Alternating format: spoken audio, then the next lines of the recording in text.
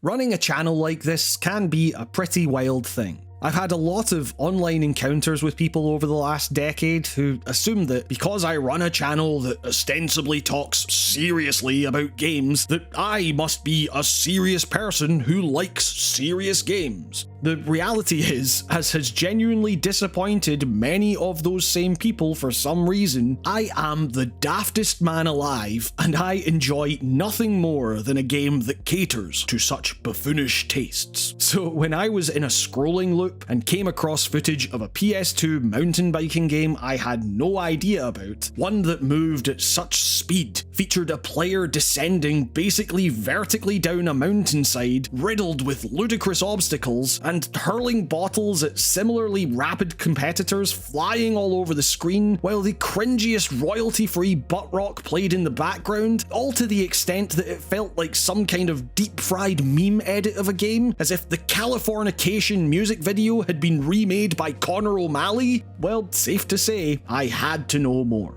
Sparing myself for a moment from the assault on the eyes and ears I'd been subjected to, I went into the comments to find out what this thing was even called, and came across a sea of people earnestly discussing how great a game this was, how it defined their childhood, and yet, upon looking online, I saw staggeringly few people even mentioning Downhill Domination on the PS2. Further, when I downloaded and started playing it myself, I could not have envisioned getting totally sucked into a game as completely chaotic as it is weirdly, subtly smart, making design decisions that have it feeling way ahead of its time, making me think that within an ecosystem that values hyperbolic claims of forgotten classics, Downhill Domination might actually be a title you could consider truly overlooked, a true outlier, and one I've grown remarkably fond of over the hours I've spent with it. For one, even just figuring out what the hell you're getting into with this game is no easy task. You might think you have an idea of what Downhill Domination is from looking at it, but I'm guessing if you haven't played it, you're going to be more than a little off here. It's not as if the game gives you much of a chance in that regard, given that it features one of the strangest, most whiplash-inducing intro sequence to actual game pipelines I've ever come across. Said intro film bears all the hallmarks of similar extreme sports titles of its time, with slow-mo analog footage of real-world riders majestically soaring through the air in the vein of the old Activision O2 games, for example, intercut with footage of a baby for some reason. It gives off the vibe of something that values the sanctity of the sport being portrayed, and I cannot tell you how deeply this intro is not what Downhill Domination is. See, in stark contrast to the gloss of its intro cinematic, aspects of the game's presentation scream low to mid budget, most immediately noticeable in the game's soundtrack, where many of its contemporaries more than recognized the cultural cachet the pro skater games achieved with their soundtracks alone, sparing no expense in securing the rights to all kinds of big names in rock, hip hop, and punk. Downhill Domination, for all its downright hostile advertising of then nascent online retailers, seems to have spent the majority of its budget on the version of that Black Eyed Peas song before they changed it to Get It Started. Instead, it veers wildly between legally distinct but no less blatant rip-offs of POD's Youth of the Nation and tracks that sound like the opening theme to Kim Possible, all punctuated by the most lo-fi, repetitive grunts from the game's cadre of cartoonish riders every time a trick is landed, which is to say you'll be hearing the Australian character saying, "Now that's what I call down under," several times a race. The game's presentation immediately becomes a little slapdash. This isn't to say, however, that such a chaotic visual audio palette is unwelcome here or without its charm. In fact, it's actually pretty representative of the game itself. Downhill Domination is ostensibly a racing game about making it to the bottom of these often gargantuan courses, but it's one complicated by the systems it chooses to foreground on that cascade. See, it's a racing game, but one with a surprising focus on combat. As the announcer shouts "Go!", the sprint off the starting line makes for a ridiculous display of fists and legs flying as everyone tries to get their licks in early, before dodging the onslaught of cartoonish obstacles ranging from hikers to raging bears and deer to out-of-control vehicles, often all occupying the same screen space somehow, takes priority. The various gauges on screen then, and the pickups you'll be vying for throughout your downhill runs, are usually less focused on speed than you might expect. There's a systemic incentive to getting those punches in. The more you attack and do tricks, the quicker you will move through different levels of attack. Kicking, throwing the bike's weight at opponents, and eventually reaching the hallowed homing weapon, the bottle. More so than sheer velocity, it's pretty clear that everyone is moving at the same blistering clip as you, is this delicate dance you're performing, weighing up the risk of pulling off another backflip, maintaining your supply of projectiles through careful aim, all while maneuvering around the detritus as cleanly as you can. And this is where Downhill Domination becomes really interesting. Those adjectives, delicate, careful, are not the descriptors you'd expect when looking at this mess, and yet,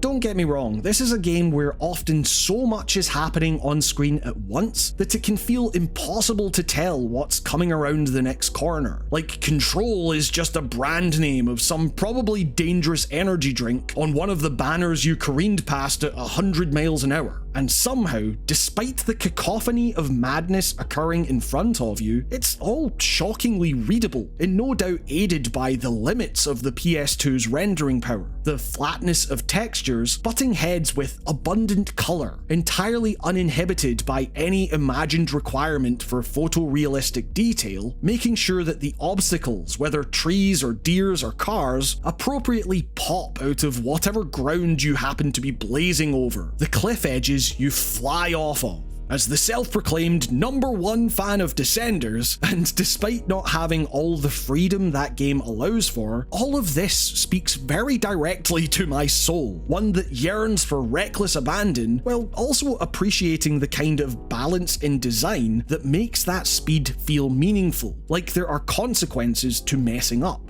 But the thing is, in the game's shockingly immense character-specific career mode, where I spent most of my time, even when things do blur together in a haze of acceleration, and things don't go your way, or a mistake at minute 6 costs you that first place you somehow found your way into, the game does a remarkable job for its time, in an era where things like good checkpointing and fairness of balance were like happening upon an oasis in a desert of callous nonchalance towards any kind of player progression, of alleviating frustration. It does so, at least in the career mode, in the form of race credits, where even the game seems to realise that getting it perfect every single time will be a practical impossibility for most players. And so even placing 4th will still add to your score for unlocking the next race in the ladder, thus ridding me, at least, of my reflex when things aren't going my way, of pausing and restarting, because even a bad race still contributes to an overarching goal. It still gives you cash through whatever form of play you gravitate towards. Tricks, combat, precision in track navigation and routing. Also, you can upgrade your rider before taking on the race again to earn more credits. Forget first place then. Placing 3rd often feels hard fought for, and a race is rarely truly wasted.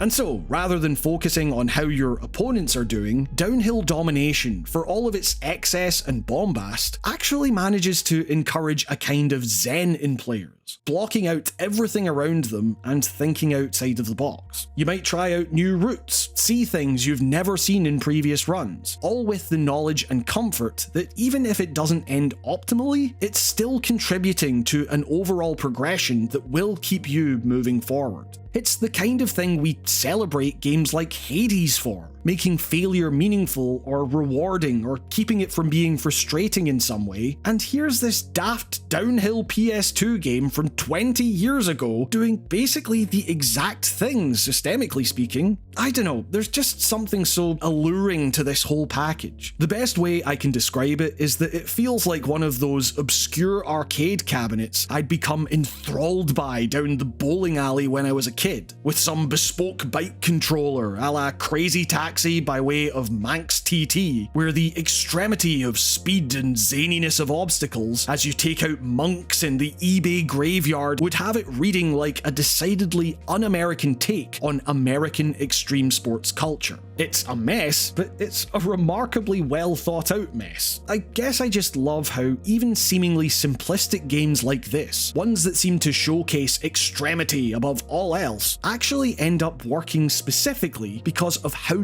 deft a hand has been applied to the nuances of their design. Were it purely extreme for extremity's sake, it would have likely been a horribly frustrating mess, but this is a fate Downhill Domination handily avoids in a manner that feels strangely modern. And I suppose that brings us back to where we were at the start of the piece. I appreciate a good bit of video game based buffoonery, dare I say I crave it, but games are complicated, man. Even the bad ones often represent systems and calculations interacting in ways my puny brain cannot comprehend. So for a game like Downhill Domination to work as well as it does, to weave all those disparate mechanics and seemingly contradictory mindsets together as it does, it really needs to be smarter than you might think.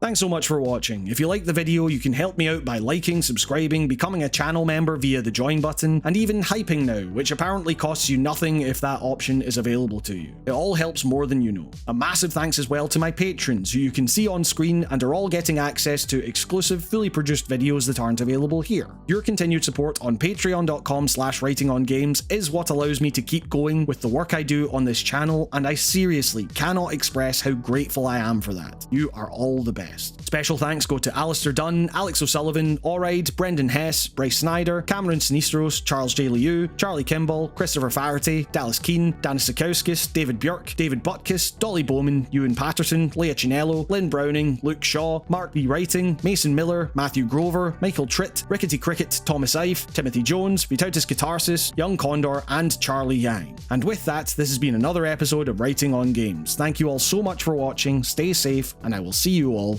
next time.